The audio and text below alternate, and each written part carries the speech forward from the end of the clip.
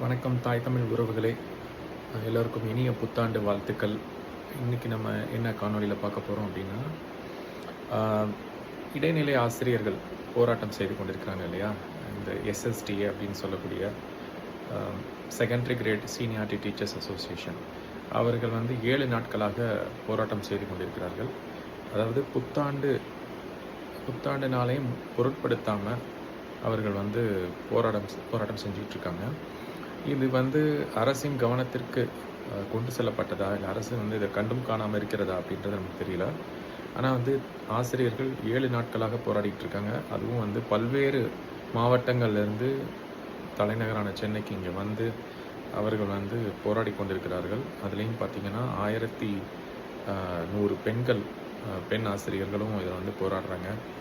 Secondary great teachers அந்த இதுலேருந்து பார்த்திங்கன்னா 1170 எஸ்ஜிடிஸ் அப்படின்னு சொல்லக்கூடிய அவர்களும் இருக்கிறாங்க. அதில் 1100 பெண் ஆசிரியர்களும் இந்த போராட்டத்தில் ஈடுபடுறாங்க.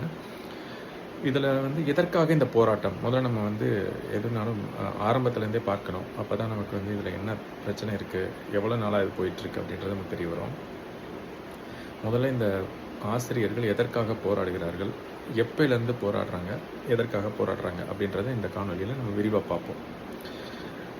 இந்த போராட்டம் எப்போலேருந்து ஆரம்பித்தது அப்படின்னு பார்த்தீங்கன்னா 2009 இது ஆரம்பிக்கப்பட்டது. சரிங்களா? ஆசிரியர்கள் ஏன் இந்த போராட்டத்தை செய்கிறாங்க அப்படின்னு பார்த்தீங்கன்னா, இது குறிப்பாக சொல்லணும்னா ஜூன் 1, 2009 அதிலிருந்து இந்த போராட்டம் ஆரம்பிக்கப்பட்டது.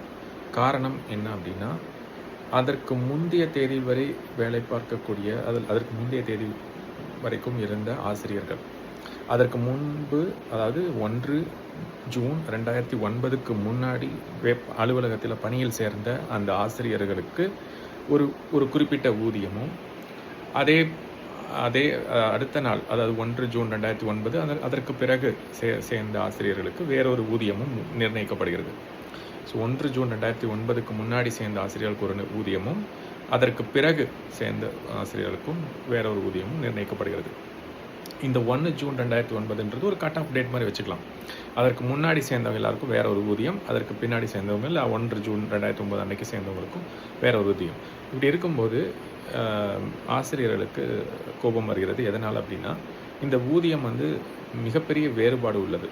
அதற்கு முன்னாடி சேர்ந்தவங்களுக்கு பார்த்திங்கன்னா அந்த அவங்களுக்கு கொடுக்கக்கூடிய அந்த அலோயன்சஸ் அப்படின்னு சொல்லக்கூடிய அந்த படிகள்லாம் பார்த்திங்கன்னா அவங்களுக்கு 8,370 ரூபாய் அப்படின்னு சொல்லி ஒரு அலோயன்ஸ், பேசிக் அலோயன்ஸ் அந்த மாதிரி கொடுக்குறாங்க. அதே இது பார்த்திங்கன்னா அதற்கு பிறகு சேர்ந்த அந்த ஆசிரியர்களுக்கு அப்படின்னு பார்த்திங்கன்னா 5,200 ரூபாய். இது அலோயன்ஸ் நான் சொல்கிறது. ஒரு அலோயன்ஸ் அவங்களுக்கு 8,300 அப்படின்றது அந்த 1 ஜூன் 2009க்கு முன்னாடி சேர்ந்த ஆசிரியர்களுக்கு கொடுக்கக்கூடிய அலோயன்ஸ். ஆனால் அதே இது 1 ஜூன் 2009 அன்றோ இல்லை அதற்கு பிறகோ சேர்ந்த ஆசிரியர்களுக்கு 5,200 தான் கொடுக்குறாங்க. இது 3,170 ரூபா கம்மியாக கொடுக்குறாங்க. இது ஒரு அலோயன்ஸில் நான் சொல்கிறேன். ஆனால் மொத்தமாக பார்த்தீங்கன்னா அவங்க வாங்கக்கூடிய அந்த ஊதியம் பார்த்திங்கன்னா மிகப்பெரிய வேறுபாடு இருக்குது. அதாவது அந்த குறிப்பிட்ட கட் ஆஃப் டேட் அப்படின்னு சொல்லக்கூடிய அந்த தேதிக்கு முன்னாடி சேர்ந்தவங்களுக்கு கொடுக்கக்கூடிய சம்பளத்தோட அதாவது ஒப்பிட்டு பார்க்கல இவர்களுக்கு கொடுக்கக்கூடிய ஊதியம் ரொம்ப குறைவாக இருக்குது. அந்த ஊதியம் சரியாக இல்லை. ஏன்னா 2 பேரும் சமமாக தான் வேலை பார்க்குறாங்க, ஆனால் ஊதியம் மட்டும் சமமாக இல்லை. இதுதான் இவங்களோட கோரிக்கை. சம வேலை பார்க்குறோம், ஆனால் சம ஊதியம் இல்லை. ஸோ சம வேலைக்கு சம ஊதியம் அப்படின்ற ஒரு கோரிக்கையை முன்னெடுத்து தான் இந்த போராட்டம் தொடங்குது. அதனோட சேர்த்து அது மட்டும்தான் அவங்களுடைய பிரச்சனையா அப்படின்னு கேட்டால் இல்லை, அதனோட பல்வேறு பிரச்சனைகள் இருக்குது. இப்போ இந்த ஆசிரியர்கள் நிறைய பேர் பார்த்திங்கன்னா இதற்கு முன்னாடி நம்ம சில போராட்டங்களையும் பார்த்தோம். சம வேலை சம ஊதிய போராட்டங்கள் இதற்கு முன்னாடியும் எடுக்கப்பட்டிருக்கிறது. அதோடு சேர்த்து அவர்கள் அவர்களுடைய பணி நிரந்தரமாக்கணும், அதாவது ஒப்பந்த அடிப்படையில் சேர்க்கப்பட்ட ஆசிரியர்களும் பணி நிரந்தரம் செய்யப்படணும், அதுக்காக போராடி இருக்கிறாங்க. ஆனால் இப்போ பார்த்திங்கன்னா இந்த சம வேலை சம ஊதியம் தான் ஒரு முக்கியமான ஒரு போராட்டமாக பார்க்கப்படுது. அதற்கு பிறகு அவர்களுக்கு கொடுக்கக்கூடிய அந்த ஹெச்ஆர்ஏ, பேசிக் பே, டிஏ இந்த மாதிரி சொல்லக்கூடிய எல்லாமே பார்த்திங்கன்னா அவர்களுடைய பேசிக் பேயை டிபெண்ட், அதாவது அவங்களுடைய ஹெச்ஆர்ஏ அலோவன்சஸாக இருக்கட்டும் இல்லை டிஏவாக இருக்கட்டும், இது எல்லாமே அவங்களோட பேசிக் பே அப்படின்னு சொல்லக்கூடிய அந்த அடிப்படை ஊதியம் அதை பொறுத்து தான் அமையுது. இந்த அடிப்படை ஊதியம் தான் இந்த இதற்கு 1 ஜூன் 2009க்கு முன்னாடி சேர்ந்த ஆசிரியர்களுக்கு ஒரு மாதிரியும், அதற்கு அன்றோ அல்ல அதற்கு பிறகோ சேர்ந்த ஆசிரியர்களுக்கு வேறு மாதிரி கொடுக்கப்படுறதுனால அவர்களுக்கு கிடைக்கக்கூடிய டிஏ, அவர்களுக்கு கிடைக்கக்கூடிய அந்த ஹெச்ஆர்ஏ, ஹவுஸ் ரெண்ட் அலவன்ஸ்னு சொல்லக்கூடிய அது அத்தனை அலவன்சஸுமே பார்த்திங்கன்னா அவர்களுக்கு பாதிக்கப்படுது. இது எல்லாமே வந்து அவர்கள் என்ன கேட்குறாங்கன்னா, நீங்க கொடுத்த அதாவது இந்த இப்ப தற்போது இருக்கக்கூடிய இந்த திமுக அரசாங்கம் அவர்களுடைய தேர்தல் வாக்குறுதி 311ல நாங்க வந்து சம வேலைக்கு சம ஊதியம் கொடுப்போம். அரசு ஊழியர்களுக்கு சம வேலைக்கு, அதாவது அரசு ஊழியர்னு சொல்லும்போது இந்த இடத்துல ஆசிரியர்கள், அரசு ஆசிரியர்களுக்கு, அதாவது அரசு பள்ளிக்கூடங்களில் வேலை பார்க்கக்கூடிய ஆசிரியர்களுக்கு சம வேலைக்கு சம ஊதியம் கொடுப்போம் அப்படின்றதும், காலி பணியிடங்களை நிரப்புவோன்றதையும் சொல்லியிருக்காங்க. இந்த 311ல குறிப்பாக இந்த சம வேலைக்கு சம ஊதியம் கொடுக்கப்படும். அவர்கள் என்ன வாக்குறுதி கொடுத்துருக்குறாங்கன்னா, நாங்கள் எங்களுடைய ஆட்சியில், அதாவது 2009 திமுக ஆட்சி தான் அப்போ இருந்தது. ஸோ இது கலைஞர் அவர்கள், மறைந்த முதல்வர் கலைஞர் அவர்கள் தான் கொண்டாந்துருக்காங்க இந்த திட்டத்தை. அந்த இதை வந்து அப்போது எங்களால் சரி செய்ய முடியல. அதற்கு பிறகு 10 வருஷம் நாங்கள் ஆட்சியிலே இல்லை. அதனால் எங்களால் அப்போ செய்ய முடியல. நாங்கள் 2021 ஆட்சிக்கு வந்தோன்னே செய்து விடுவோம்னு சொல்லி இந்த 311 வாக்குறுதியும் கொடுத்துருக்காங்க. ஆனால் வந்து இப்போ 5 வருஷம் ஆகுது, இன்னும் வந்து செய்யலை. இப்போ மக்கள் வேற போராடுறாங்க. இப்போ போராட்டம் இன்றைக்கி தான் எடுக்கப்பட்டதான்னு கேட்டால் இல்லை, இதற்கு முன்னாடியே எடுக்கப்பட்டுச்சு. கிட்டத்தட்ட 16 வருஷமாக போராடிட்டு இருக்காங்க. இந்த 2 அரசுமே மாறி மாறி வந்து அவர்களை வஞ்சிக்கு தான் செய்தே தவிர அவர்களுடைய கோரிக்கையை நிறைவேற்றவே இல்லை. இந்த 6-7 நாட்களில் போராட்டம் நடக்குது. இன்னும் வந்து பள்ளிக்கல்வித்துறை அமைச்சர் என்ன பண்ணுறாருன்னு தெரியல. அவர் போய் பார்த்த மாதிரியும் தெரியல. வேறு யாரோ போயிருக்காங்க. இப்போ அங்கே இருக்கவங்க SSTன்னு சொல்லக்கூடிய அந்த seniority grade secondary grade seniority teachers association, அவங்க அந்த ஒருங்கிணைப்பாளர் என்ன சொல்கிறாங்கன்னா, நாங்கள் வந்து போய் பார்த்தோம், ஆனால் அமைச்சர்கள் யாரும் வரல. எங்களை வந்து பார்த்தது ஒரு அந்த துறையை சார்ந்த ஒரு கீழ்நிலையில் இருக்கக்கூடிய, அதாவது செக்ரட்டரியோ ஜாயின்ட் செக்ரட்டரியோ இல்லை அமைச்சரோ வரல. அந்த ஜாயின்ட் செக்ரட்டரிக்கோ இல்லை செக்ரட்டரி கீழே இருக்கக்கூடிய ஒரு அலுவலகர் தான் வந்து எங்களை வந்து பார்த்தாங்க. அது பார்த்ததை வச்சு நாங்கள் வந்து எங்களோட கோரிக்கையை சொன்னோம், ஆனால் அது அவருக்கு புரியவே இல்லை அப்படின்னு சொல்கிறாங்க. இந்த மாதிரி துறை சார்ந்தவங்க, அதுலேயும் வந்து இந்த துறையை நிர்வகிக்கக்கூடியவங்க வந்து பார்க்காம அந்த துறையில் இருக்கக்கூடிய ஒரு கீழ்நிலையில் இருக்கக்கூடிய ஒரு அதிகாரியை போய் பார்க்க சொல்கிறதே வந்து தவறு. அது வந்து சரியான முறையாக இருக்காது. ஒரு பள்ளிக்கல்வித்துறை அமைச்சரோ இல்லை செக்ரட்டரியோ ஜாயின்ட் செக்ரட்டரியோ அவங்க போய் பார்த்து இதை சரி பண்ணியிருந்தால் இந்த பிரச்சனை சுமூகமாக சீக்கிரமாக தீர்ந்திருக்கும்னு நான் நினைக்கிறேன், சரி செய்யப்பட்டிருக்கும்னு நான் நினைக்கிறேன். ஆனால் இன்னும் பார்க்காம இருக்கிறது ஒரு தவறாக பார்க்கப்படுகிறது. அது மக்களின் பக்கத்திலேருந்து பார்க்கல தவறாக பார்க்கப்படுகிறது. எங்களோட கோரிக்கை என்னுடைய கோரிக்கை என்னென்னா, இது சம்மந்தப்பட்ட அந்த அமைச்சரோ அந்த செக்ரட்டரியோ இல்லை ஜாயின்ட் செக்ரட்டரியோ அவர்கள் வந்து மக்களின் கோரிக்கையை கேட்டு, குறிப்பாக இந்த பள்ளிக்கல்வி ஆசிரியர்களின் கோரிக்கையை கேட்டு அதை சரி செய்து அவர்களுடைய குறைகளை சரி செய்து அவர்களுக்கு சம வேலைக்கு சம ஊதியம் கொடுக்க வேண்டும் அப்படின்றது இந்த காணொலி வாயிலாக நம்ம அந்த கோரிக்கை வைக்கிறோம். அதோட இதில் வந்து குறிப்பாக நம்ம கவனிக்கப்பட வேண்டியது என்னென்னா, இந்த கோரிக்கை இன்றைக்கி தான் வைக்கப்பட்டதான்னு கேட்டால் இல்லை, 16 வருஷமாக நடக்குது. 16 வருஷமாக போராடுறாங்க. இதற்கு அவர்கள் எவ்வளவோ முயற்சிகள் எடுத்திருக்கிறாங்க, எவ்வளவோ பேரை பார்த்து கோரிக்கைகள் வைத்திருக்கிறாங்க, எத்தனையோ முறை வந்து மனுக்கள் கொடுத்துருக்குறாங்க, எத்தனையோ அமைச்சர்களையும் அந்த துறை சார்ந்த அதிகாரிகளையும் பார்த்து வேண்டுகோள் வச்சிருக்கிறாங்க, மனு கொடுத்துருக்குறாங்க. இது வந்து சரி செய்யப்படும் அவர்களுக்கு வந்து நம்பிக்கையும் கொடுக்கப்பட்டிருக்கு அரசு தரப்பில். அப்போ எதிர்க்கட்சியாக இருந்தவங்க நாங்கள் அதை வந்து சரி செய்வோம்னு சொல்லி ஓட்டெல்லாம் வாங்கிக்கிட்டு ஆட்சிக்கு வந்ததுக்கப்புறம் எதுவும் செய்யலை. இது வந்து அவர்கள் வந்து ஏமாற்றப்பட்டார்கள் அப்படின்றது வெளிப்படையாக தெரியுது. அது ஒரு ஆட்சியில் மட்டும்தானு கேட்டால் கிடையாது. 2 பேரோட ஆட்சி, அதிமுக ஆட்சியிலையும் இதான் நடந்திருக்கு, திமுக ஆட்சியிலையும் இதான் நடந்திருக்கு. இப்போ இதுலேருந்து என்ன தெரியுதுன்னா, இவர்கள் 2 பேருமே வந்து மக்களுக்கான அரசு அப்படி இல்லைன்றது தெரியுது. அதிமுகவும் சரி திமுகவும் சரி 2 பேருமே வந்து மக்களுக்கான அரசாக இருந்தால் இவர்களோட கோரிக்கையை கேட்டு இது எப்பயோ சரி செஞ்சுருக்கணும். 16 வருஷமாக ஆசிரியர்களை போராட விடுறது. ஒரு நாட்டினுடைய எதிர்காலத்தை தீர்மானிக்கிறது வகுப்பறையில். அந்த வகுப்பறையில் யார் இருப்பா? மாணவர்கள் இருப்பாங்க, ஆசிரியர் இருப்பாங்க. அந்த ஆசிரியர்களே தெருவுக்கு வந்து போராடுற நிலைமைக்கு கொண்டாந்து விட்டுட்டு, அதுவும் 16 வருஷமாக தெருவில் போராட வச்சுட்டு இன்னும் சரி செய்யாமல் இப்போ 7 நாட்களாக தொடர் போராட்டம் நடக்குது. இன்னும் யாரும் போய் பார்க்காம அதை வந்து அவர்கள் இன்னொரு பிரச்சனை என்ன சொல்கிறாங்கன்னா, எங்களுக்கு போராடுவதற்கு சரியான இடம் கொடுக்கவில்லை, தினமும் நாங்கள் வேறு இடங்களில் சென்று போராடி கொண்டிருக்கிறோம், அதுலேயும் வந்து காலையில் போராடினா சாயங்காலம் அதுக்குள்ளே வந்து எங்களை கைது பண்ணிடுறாங்க, எங்கேயாவது கொண்டு போய் அடைச்சி வச்சிட்றாங்க, கல்யாண மண்டபம் அந்த மாதிரி போன இடங்களை அடைச்சி வச்சு அப்புறம் சாயங்காலம் தான் விடுவிக்கிறாங்க. அது போக இப்போ வழக்குகள் வேறு அவர்கள் மேலே போடப்பட்டிருக்கிறது. அதுவும் 3 வழக்குகள் போடப்பட்டிருக்கிறதாகவும் ஒரு குற்றச்சாட்டு வருது. அதாவது அவர்கள் ஒன்றும் தவறு எதுவும் செய்யலையே. அவர்களோட நீங்கள் கொடுத்த வாக்குறுதி 311 தான் அவங்க கேட்குறாங்க. அதை நீங்கள் செய்யலைன்றனால அவங்க தெருவுக்கு வந்து போராடுறாங்க. அதுவும் பல்வேறு மாவட்டங்கள்லேருந்து வந்து போராடுறாங்க. அப்படி இருக்கும்போது இது நாங்கள் கொடுத்த வாக்குறுதி தான், இதை குறிப்பிட்ட தேதியில் செய்வோம்னு சொல்லி ஏதாவது ஒரு நம்பிக்கை அளித்திருக்கிறோம். இல்லை ஏன் இவ்வளோ நாள் செய்யலை? அந்த 5 ஆண்டுகள் போய்விட்டது. இன்னமும் செய்யலை. இப்போ கேட்கும்போது கூட ஆட்சி முடிகிற காலம் வந்துருச்சு. இப்போ கேட்கும்போது கூட நீங்கள் கேட்கக்கூடாதுன்னு அவர்களுடைய குரவலையை தான் நெரிக்க பார்க்குறீங்க. இது போன்ற செயல்களால் காவல்துறையை ஏவி விட்டு ஒரு ஆசிரியர்களும் கூட பார்க்காம, அவர்களுக்குன்னு இருக்கக்கூடிய மாண்பை மதிக்காமல், தரன்னு முடியை பிடிச்சி இழுத்துட்டு போய் அவங்கள வந்து குண்டு கட்டாக தூக்கி கொண்டு போய் கைது செய்கிறதுன்றது வந்து ஒரு கேவலமான செயல் அப்படின்றத நாங்கள் இந்த இடத்துல பதிவு பண்ணுறேன். ஏன்னா இது மாதிரி காவல்துறை இந்த ஒரு விஷயத்துக்கு தான் அப்படி செய்தானா, எல்லா விஷயத்துக்கும் அப்படி தான் செய்கிறாங்க. கேட்டால் அவர்கள் என்ன சொல்லுவாங்க, எங்கள் அதிகாரிகள் எங்களுக்கு இப்படி சொன்னாங்க, அதனால நாங்கள் இப்படி செய்கிறோம் அப்படின்னு சொல்லிட்டு முடிச்சுட்டு போயிடுவாங்க. ஆனால் அந்த அதிகாரிகள் தானே இந்த உத்தரவு கொடுக்கறது. அந்த அதிகாரிகள் இது வந்து காவல்துறை யார் கட்டுப்பாட்டில் இருக்குது? முதலமைச்சர் கட்டுப்பாட்டில் தானே இருக்குது. இப்போ முதலமைச்சர் தான் சொல்லணும் யாரை எப்படி கையாளணும் அப்படின்ட்டு. எல்லாரையும் ஒரே மாதிரி ஒரு என்ன சொல்கிறது, ஒரு குற்றவாளி மாதிரியே அவர்களை வந்து நீங்கள் இந்த மாதிரி ட்ரீட் பண்ணிங்கன்னா, குற்றவாளி மாதிரி நடத்துனீங்கன்னா, அது வந்து ஒரு கேவலமான ஒரு ஆட்சின்னு தான் சொல்லப்படும். நிச்சயமாக இது எல்லாமே உங்களுக்கு தேர்தலில் வந்து எதிரொலிக்கும். இதை உங்களுக்கு எதிர்த்து எவ்வளோ பேர் வந்துட்டு இருக்காங்கன்றது நீங்கள் பார்க்கும்போதே தெரியும். ஆசிரியர்கள் ஒரு பக்கம் போராடுறாங்க, செவிலியர்கள் ஒரு பக்கம் போராடுறாங்க, இன்னும் தோட்டக்கலை நிபுணர்கள் அவர்கள் ஒரு பக்கம் போராடி கொண்டிருக்கிறார்கள்.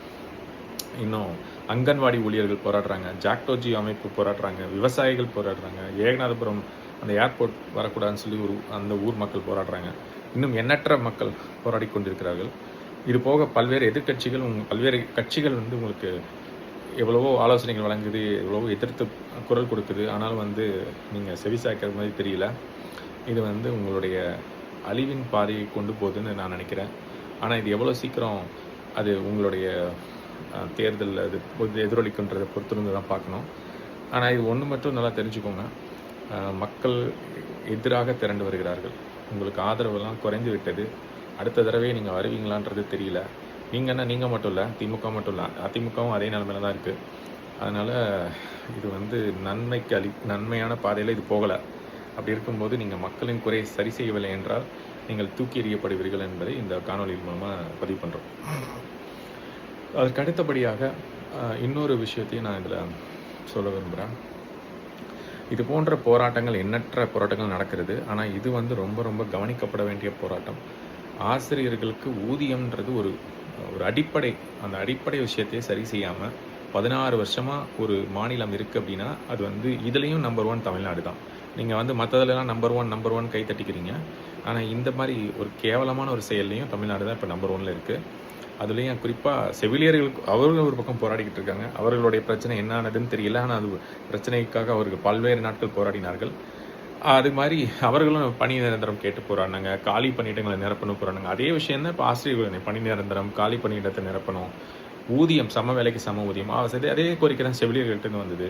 இது போக ஜாக்டோஜி அமைப்புகள் அவர்கள் என்ன சொல்கிறாங்கன்னா, எங்களுக்கு இது போக பழைய ஓய்வூதிய திட்டத்தை கொண்டு வாங்க. அது ஒரு பக்கம் பிரச்சனையாக போயிட்டு இருக்கு. ஜாக்டோஜி அமைப்புடைய முக்கியமான கோரிக்கையை பழைய ஓய்வூதிய திட்டத்தை கொண்டு வாங்க அப்படின்னு சொல்லி அவர்கள் ஒரு பக்கம் போராடுகிறார்கள். எதற்காக பழைய ஓய்வூதிய திட்டத்துக்கு அவர்கள் கேட்குறாங்க அப்படின்னா, அதில் அவர்களுக்குன்னு சொல்கிறத விட அந்த ஊழியர்களுக்கு ஒரு நன்மை பயக்கக்கூடிய திட்டம் அது இல்லையா. அவர்கள் வந்து கிராட்டுவிட்டியை மட்டும் வாங்கிக்கொள்வார்கள். அதன் பிறகு அவருக்கு பென்ஷன் மாதம் வந்து கொடுக்கப்படும். இது வந்து அந்த திட்டம். ஆனால் நீங்கள் சொல்கிறது எப்படின்னா, அந்த சிபிஎஸ்ன்னு ஒன்று கொண்டு வந்து, அதுவும் அம்மையார் தான் கொண்டு வந்தாங்க. ஜெயலலிதா அம்மையார் அவர்கள், மறைந்த முதல்வர் ஜெயலலிதா அம்மையார் தான் கொண்டு வந்தாங்க. கொண்டு வந்தப்போ அது எப்படின்னா, நான் மொத்தமாக ஒரு செட்டில்மெண்ட் கொடுத்து உன்னை அனுப்பிச்சிருவேன், அதுக்கப்புறம் நீ உனக்கும் அரசாங்கத்துக்கும் எந்த தொடர்பும் இல்லை அப்படின்ற ஒரு திட்டம் அது. ஆனால் அதில் வந்து பல்வேறு சிக்கல்கள் இருக்கிறது. என்னென்னா, இவர்களுடைய அந்த பென்ஷன் தொகையை கொண்டு போய் நீங்கள் பங்கு வர்த்தகத்தில் போடுறீங்க. அது லாபம் வந்தால் நல்லது, நட்டம் வந்தால் என்ன ஆகுது? இவர்களுடைய பணம் போய்விடும். அவர்களுக்கு நீங்கள் கொடுக்க வேண்டிய நியாயமாக கிடைக்க வேண்டிய ஓய்வூதியம் வந்து கிடைக்காம போயிடும். அவர்களுக்கு 20,000 உதாரணத்துக்கு சொல்கிறேன், ஒரு 20,000 கிடைக்க வேண்டிய இடத்துல நீங்கள் பங்கு வர்த்தகத்தில் போட்டு அது வந்து 10,000 மாறி போச்சுன்னா நீங்கள் என்ன சொல்வீங்க? நான் பங்கு வர்த்தகத்தில் போட்டேன், அது வந்து லாஸ் ஆயிடுச்சு, அதாவது அந்த பணம் இழந்து விட்டோம் அப்படின்னு சொல்லிட்டு நீங்கள் வந்து பாதியாக கூட கொடுத்து ஏமாத்துறதுக்கு வாய்ப்பு இருக்குது. இது மாதிரி பிரச்சனைகள்லாம் எதுக்காக வருது? பழைய ஓய்வூதிய திட்டத்தில் இந்த மாதிரி விஷயங்கள்லாம் கிடையாது. அதனால தான் மக்கள் வந்து அவங்களுடைய பணத்தை அவருக்கு வந்து பாதுகாப்பாக இருக்கணும்னு நினச்சி அந்த திட்டத்துக்கு சிபிஎஸ்ன்ற திட்டம் வேணான்றாங்க. இப்போ சிபிஎஸ் வேணான்னு சொல்லி அவங்க வந்து ஓபிஎஸ்ன்னு சொல்லக்கூடிய அந்த ஓல்டு பென்ஷன் ஸ்கீமை தான் கேட்குறாங்க. அதை நீங்கள் கொடுத்துட்டு போக வேண்டியதானே. ஆனால் நீங்கள் என்ன பண்ணுறீங்க? சம்மந்தமே இல்லாமல் யூபிஎஸ்ன்னு ஒன்று தூக்கிட்டு வரீங்க. அது யார் கொண்டு வந்தான்னு பார்த்தா மத்திய அரசு கொண்டு வந்தது. மத்திய அரசு ஊழியர்களே ஏற்றுக்கல. அதுக்கே அங்கே இன்னும் ஒரு ஒரு ஒரு உறுதியற்ற தன்மையாக இருக்குது. மக்களே அந்த அந்த ஊழியர்களே ஏற்றுக்காத ஒரு சூழ்நிலையில் அங்கே இருக்குது. அது இன்னும் முடிவு பெறவில்லை, ஊழியர்கள் ஏற்றுக்கொள்ளப்படவில்லை. அதை கொண்டாந்து இங்கே திணிக்கலான்னு நீங்கள் பார்க்குறீங்க. அதுலேயும் இதே பிரச்சனைகள் இருக்குது. அதுலேயும் வந்து இந்த மாதிரி பங்கு வர்த்தகத்தில் அவர்களுடைய பணத்தை எடுத்துக்கொண்டு போய் போடுறது ஒரு விஷயமா இருக்குது. 10% அவர்களுடைய கான்ட்ரிபியூஷன் இருந்தது, அதாவது ஊழியர்களுடைய கான்ட்ரிபியூஷன் இருந்தது அப்படின்னு சொன்னால் நீங்கள்லாம் சேர்ந்து, நீங்கள் ஸ்டேட் கவர்மெண்ட், சென்ட்ரல் கவர்மெண்ட் சேர்ந்து நீங்கள் 18% நீங்கள் போட போகிறீங்க. அதெல்லாம் சேர்ந்தது தான் அந்த ஓய்வூதியம். அப்படி 28% கொண்டு போய் நீங்கள் எங்கே போட போகிறீங்க அப்படின்னா பங்கு வர்த்தகத்தில் போட போகிறீங்க. பங்கு வர்த்தகத்தில் போடும்போது அந்த காசு வந்து வந்தால் சரி, லாபம் வந்தால் சரி, நட்டம் வந்தால் என்ன பண்ணுறது? யாரோட காசு அங்கே வந்து ஊசலாடுது? மக்களுடைய காசு தானே, அந்த ஊழியர்களோட காசு தானே. அதனால் நீங்கள் வந்து உங்களுடைய பணத்தை வச்சு நீங்கள் இதற்கான இது போன்ற விஷயங்களை செய்யலாம். ஆனால் மக்களோட காசை எடுத்துக்கொண்டு போய் இந்த மாதிரி விஷயங்கள் செய்வது என்பது அவர்களுடைய பணத்தை நீங்கள் வந்து ரிஸ்க் ஆக்குறீங்க. அதாவது அவர்களுடைய பணத்தை நீங்கள் கொண்டு போய் ஒரு வில்லங்கமான ஒரு விஷயத்தில் கொண்டு போய் போடுறீங்க. இது வந்து அவர்களுடைய பணம் கிடைத்தாலும் கிடைக்காமலும் போகிறதுக்கு வாய்ப்பு இருக்குது, கிடைக்கவும் வாய்ப்பு இருக்குது. அதிக லாபமும் கிடைக்கலாம், அதிக நட்டமும் வரலாம் இல்லையா? அப்படி இருக்கக்கூடிய சூழலில் நீங்கள் எப்படி லாபம் மட்டுமே வரும் நம்பி அங்கே கொண்டு போய் போடுறீங்க? பங்கு வர்த்தகத்தில் நட்டமும் வரும், அதற்கும் வாய்ப்பு அதிகமாக இருக்குது இல்லையா? நீங்கள் கொடுக்குற அந்த கிளாஸ்லேயே கீழே சொல்கிறீங்க it is subject to market ரிஸ்க்குன்றீங்க.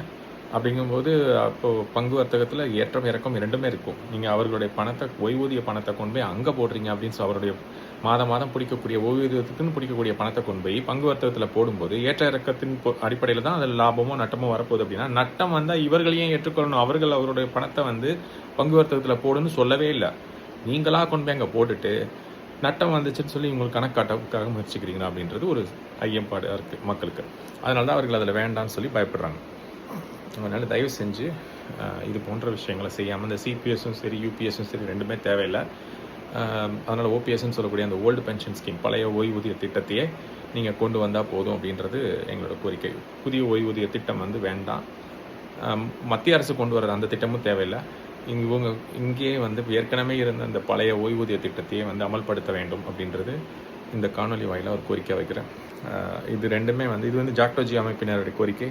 அந்த கோரிக்கைக்கு உடன்பட்டு தான் நான் இந்த காணொலி போடுறேன். ஏன்னா இது வந்து நியாயமான கோரிக்கை இல்லையா? அவர்கள் வந்து அவர்களுடைய பணத்தை வந்து நீங்கள் பங்கு வர்த்தகத்தில் போடுறதுக்கு அவர்கள் தான் அவர்களுடைய பணத்தை முடிவு பண்ணணும் எங்கே போடணும் அப்படின்ட்டு. நீங்கள் யார் அது நடுவில் குறுக்க போந்து அவர்களுடைய பணத்தை எடுத்து அங்கே போடுறேன் இங்கே போடுறேன்ட்டு? அவர்கள் தான் அந்த பணத்துக்கு உரிமையாளர்கள். அவர்கள் தான் சொல்லணும் இதை எங்கே முதலீடு செய்யணும். இல்லை முதலீடு செய்ய வேணால் நீங்கள் எப்பவும் பழைய ஓய்வூதிய திட்டத்தில் என்ன வழிமுறையை பின்பற்றினீங்களோ அதே வழிமுறையை பின்பற்றுங்களேன். அதை தானே அவங்க சொல்கிறாங்க. ஏற்கனவே 2.5 லட்சம் பேர் அந்த பழைய ஓய்வூதிய திட்டத்தை தமிழகத்தில் வாங்கிக்கிட்டு இருக்காங்க. அதே முறையை அப்படியே பின்பற்றுங்க மிச்சம் இருக்கிற ஊழியர்களுக்கும். ரொம்ப எளிது இல்லையா? புதுசாக நீங்கள் ஒன்றும் போய் செய்ய வேண்டாம். ஏற்கனவே 2.5 லட்சம் பேர் அந்த பழைய ஓய்வூதியத்தை வாங்கிட்டு இருக்காங்க. அதுக்கு 287 கோடி வரை ஒதுக்குறீங்க. கூடுதலாக ஒரு 300 கோடி தேவைப்படும். 587 கோடியோ ஒரு 600 கோடியோ தான் தேவைப்படும். அதை செஞ்சுட்டு போக வேண்டியதானே? அதை செஞ்சால் இந்த ஜாக்டோஜி அமைப்பினர் வந்து அவங்க அதை ஏற்றுக்கொண்டு செல்ல போகிறாங்க. இப்போ நீங்கள் செய்யாதனால என்ன நடக்க போகுதுன்னா 14 லட்சம் அரசு ஊழியர்கள் ஜனவரி 6 முதல் வேலை நிறுத்தம் அப்படின்னு சொல்லியிருக்காங்க. அது வந்து நாங்கள் சொல்லலை, அவர்களே வந்து சில ஊடகங்களில் வந்து சொன்னதை வச்சு நம்ம சொல்கிறோம். காலவரையற்ற வேலை நிறுத்தம் வேறு சொல்லியிருக்காங்க. அதுவும் 14 லட்சம் அரசு ஊழியர்கள் வேலை நிறுத்தம் செஞ்சால் என்ன ஆகும்? தமிழ்நாடு வந்து ஸ்தம்பிச்சு போகும். எந்த ஒரு காரியமும் நடக்காது, நகராது. உள்ளதே வந்து ஸ்லோவாக, அதாவது உள்ளதே மெதுவாக தான் எல்லாமே நடக்கும். இப்போ இது வேறு பண்ணாங்க அப்படின்னு சொன்னால் இன்னும் வந்து ரொம்ப மெதுவாக நடக்க ஆரம்பிக்கும், இல்லை வந்து ரொம்ப தாமதமாகும் எல்லா விஷயங்களும். இது வந்து இந்த அரசு வந்து நீங்களே வந்து உங்கள் தலையில் மண்ணை வாரி போட்டுக்கிற மாதிரி ஒரு சூழல் மாதிரி நான் அதை பார்க்குறேன். ஏன்னா ஏற்கனவே துப்புரவு தொழிலாளர்கள் போராடினாங்க. அவங்கள நீங்கள் என்ன பண்ணீங்க? காவல்துறையை விட்டு ஏவி விட்டு அவங்கள அடக்குனீங்க, அவங்கள வந்து கைது செஞ்சீங்க. அதற்கும் முன்னாடி திராவிட ஒழிப்பு போராட்டம்னு ஒன்று நடந்தது. அங்கே என்ன பண்ணீங்க? அவங்களெல்லாம் அடிச்சு பிடிச்சி தூக்கிட்டு வந்து அவங்கள இதில் ஏற்றுனீங்க. அதாவது அவர்களை அடைச்சி வச்சு அப்புறம் கல்யாண மண்டபத்தில் வச்சு அப்புறம் சாயங்காலம் வீடு வச்சிங்க கைது பண்ணி. இப்போது இந்த செவிலியர்கள் போராட்டமும் அந்த மாதிரி தான் ஒரு சூழல் ஏற்பட்டதாக தகவல். இப்போது இந்த ஆசிரியர்கள் போராட்டம் அது மாதிரி தான் போயிட்டுருக்குது. இவர்களையும் நீங்கள் முடிய பிடிச்சி இழுத்து அவர்களை வந்து வண்டியில் ஏற்றி அவர்கள் மேலே 3 வழக்கு போட்டு அப்படிலாம் வந்து தகவல் வருது. ஸோ இது எதுவுமே வந்து நல்ல போக்கு இல்லை, நல்ல அரசுக்கு அழகு இல்லை. இது வந்து ஒரு கேவலமான செயலாக தான் பார்க்கப்படுது. அதுலேயும் குறிப்பாக ஆசிரியர்கள்லாம் போராட்டத்துக்கு வராங்கன்றதே ஒரு கேவலமான ஒரு விஷயம். அவர்கள் வர்றதுக்கு நான் கேவலம்னு சொல்லலை. ஆனால் நீங்கள் அவங்க வர மாதிரி ஒரு சூழல் வச்சுருக்கீங்க பார்த்தீங்களா, அதை தான் கேவலமான செயல்னு சொல்கிறேன். அவர்கள் அவர்களுடைய நியாயமான கோரிக்கைக்காக தான் போராடுகிறார்கள். அதில் எந்த தப்பும் கிடையாது. அவர்களுடைய கோரிக்கை வந்து மதிக்கப்பட வேண்டும். அவர்களுக்கு இந்த மாதிரி முடிய பிடிச்சிருக்கிறதுலாம் கேவலமான செயல். தயவு செஞ்சு இதுக்கு அப்புறம் எப்போவுமே செய்யாதீங்க. அது காவல்துறை உங்கள் கட்டுப்பாட்டில் தான் இருக்குது. நீங்கள் தான் சொல்லணும் யாரை எப்படி நடத்தணும் அப்படின்னு. என்னமோ குற்றவாளிகளை நடத்துவது போல் நீங்கள் இந்த ஆசிரியர்களை நடத்துறது வந்து ஒரு மட்டமான செயல். தயவு செஞ்சு நிறுத்திடுங்க. இது தொடர்ந்தது அப்படின்னு சொன்னால் நீங்கள் வந்து தூக்கி எறியப்படுவீங்க. அப்புறம் கடைசி வரைக்கும் காலம்புற நீங்கள் எதிர்க்கட்சியாக தான் இருக்கணும் அப்படின்றத நான் இந்த இடத்துல பதிவு பண்ணிக்கிறேன். அதோட இந்த காணொலியில் நம்ம வந்து 3 விஷயங்கள் பேசியிருக்கோம்.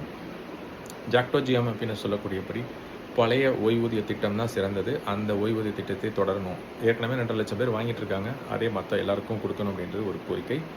2வது இந்த சம வேலைக்கு சம ஊதியம் அப்படின்னு கேட்டு போராடக்கூடிய இந்த ஆசிரியர்கள், இடைநிலை ஆசிரியர்களுக்கு இந்த நீங்கள் வந்து இந்த தேதியை வச்சலாம். இதற்கு முன்னாடி சேர்ந்தவங்களுக்கு ஒரு ஊதியம், அதற்கு பின்னாடி சேர்ந்தவங்களுக்கு ஒரு ஊதியம்லாம் வந்து இது யார் கொண்டு வந்தாங்க அப்படின்னு பார்த்தோம்னா திமுக ஆட்சியில் தான் வந்திருக்குது. அப்படி இருக்கும்போது இந்த மாதிரி ஒரு மட்டமான ஒரு திட்டம் அப்படின்னு தான் அதை சொல்லணும். இதற்கு பின்னாடி எந்த யோசனையும் இல்லை. நீங்கள் தேதியை வச்செல்லாம் முடிவு பண்ணால் இது மாதிரி போராட்டங்கள் தான் பின்னாடி வரும். நீங்கள் தகுதியை வச்சு முடிவு பண்ணியிருக்கணும். நீங்கள் என்ன பண்ணியிருக்கீங்க? தேதியை வச்சு முடிவு பண்ணியிருக்கீங்க. தகுதியை வச்சு இந்த கிரேடுக்கு இவ்வளோ சம்பளம், இந்த கிரேடுக்கு இவ்வளோ சம்பளம்னு அவங்கவுங்க தகுதி, அவங்களுடைய அனுபவம், அதை வச்சு தான் நீங்கள் தீர்மானிச்சிருக்கணும். அவர்கள் வந்து என்ன சொல்கிறாங்கன்னா, ஒரு 8ஆம் கிளாஸ் படித்த ஒருத்தருக்கு வந்து 18,000 19,000 சம்பளம் வாங்கிட்டு இருக்காரு.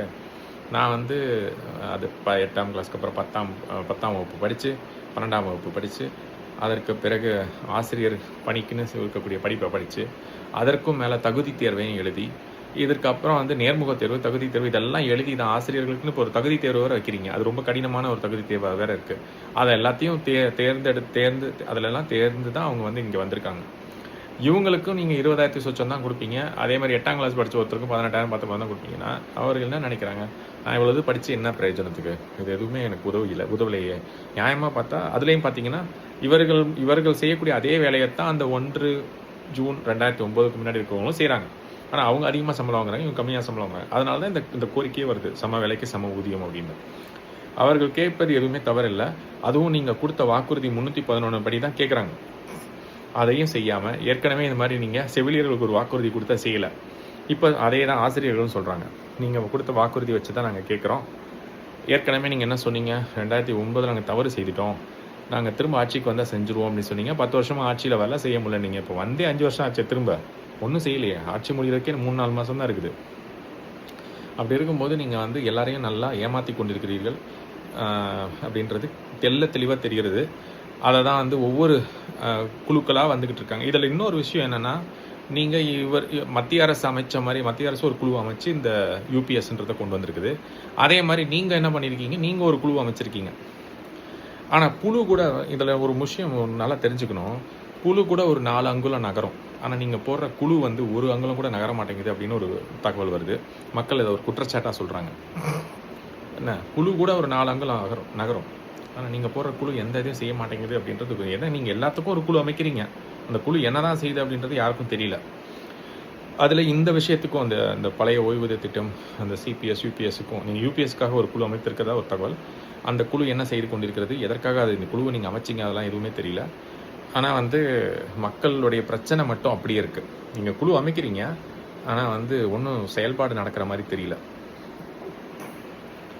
அதனால் தயவு செஞ்சு இந்த குழுக்கள்லாம் வந்து முதல்ல இயங்குதான்னு பாருங்கள்.